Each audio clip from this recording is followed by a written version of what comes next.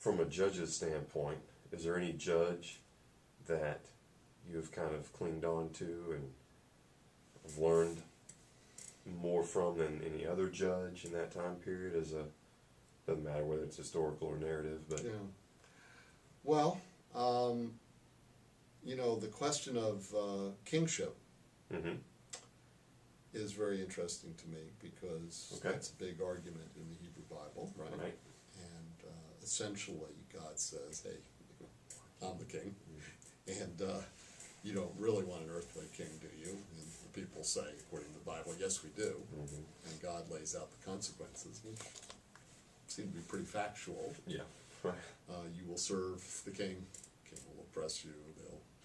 You'll build palaces and all this Right. stuff. And that's the prophetic there.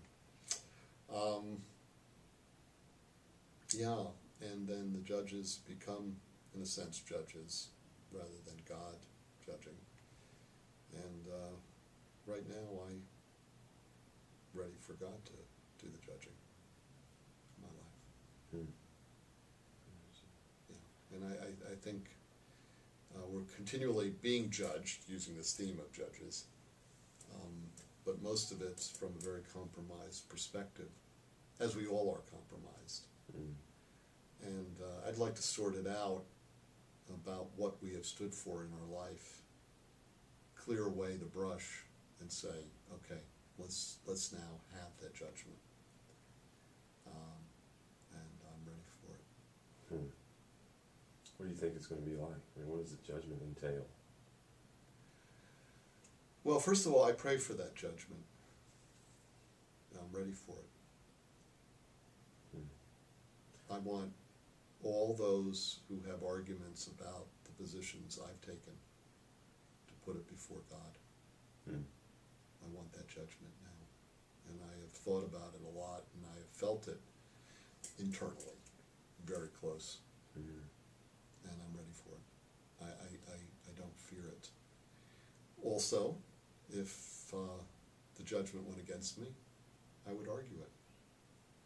But I don't. I'm tired, I guess, of living.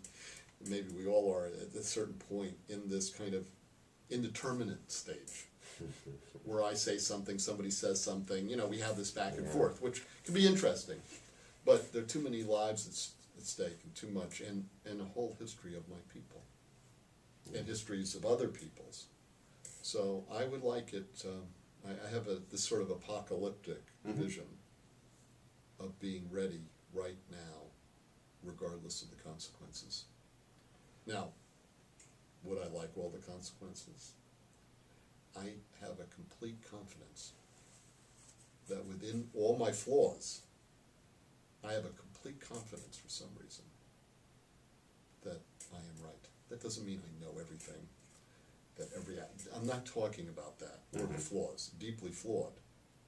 But all of us, what we stake our life on, if we come from these traditions, need to have a certainty, or should come to a certainty, that in general, not every detail, and with many flaws, what we have staked our life on, not a belief, but about justice and compassion, is right. And that I have complete confidence in. Now, where that confidence comes, whether it's misplaced, that I don't know.